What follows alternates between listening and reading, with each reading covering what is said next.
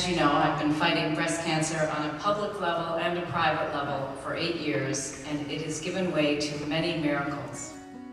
When Laurie was first diagnosed, Laurie's always had a lot of faith. Her trust and her faith in God was just unshakable.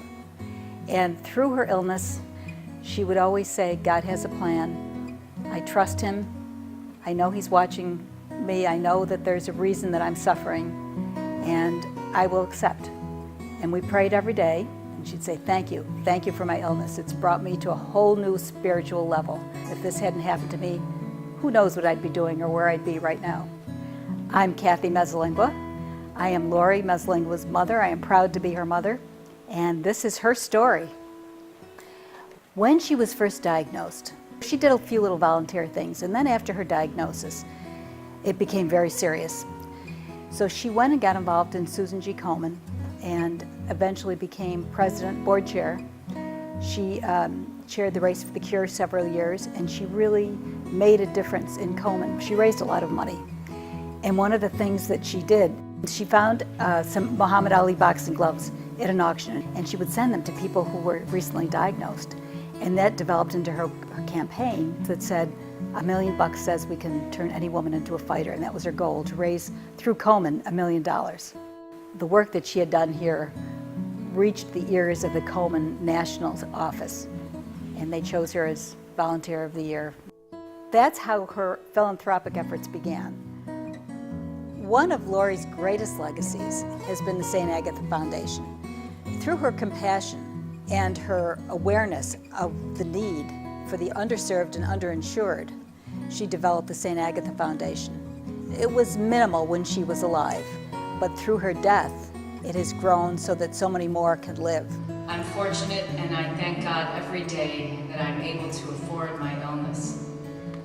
I cringe when I see my bills, knowing that there are women out there who suffer these costs. I could have never imagined this world of opportunities and possibilities.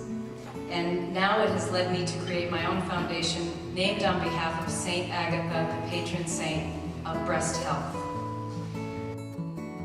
Laurie was president of Cajola Cristata, which is our company in the Caribbean. She was such a personality that everyone she met was touched by her.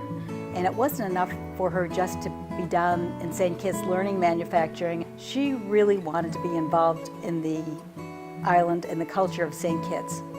And she touched every person she met. While Laurie was working there, she became aware of the Catholic school on the island. It was a K through 11. There were 700 students, and there was great need. They were in very, very primitive looking buildings. So through Laurie's motivation and interest, we are in the process of building a whole new school. So we went down in February to dedicate the first building, the Laurie Mezzalingua Resource Center. There's 7 more buildings going up. And the whole weekend was a tribute to Laurie. She touched everyone, and those students will be influenced forever.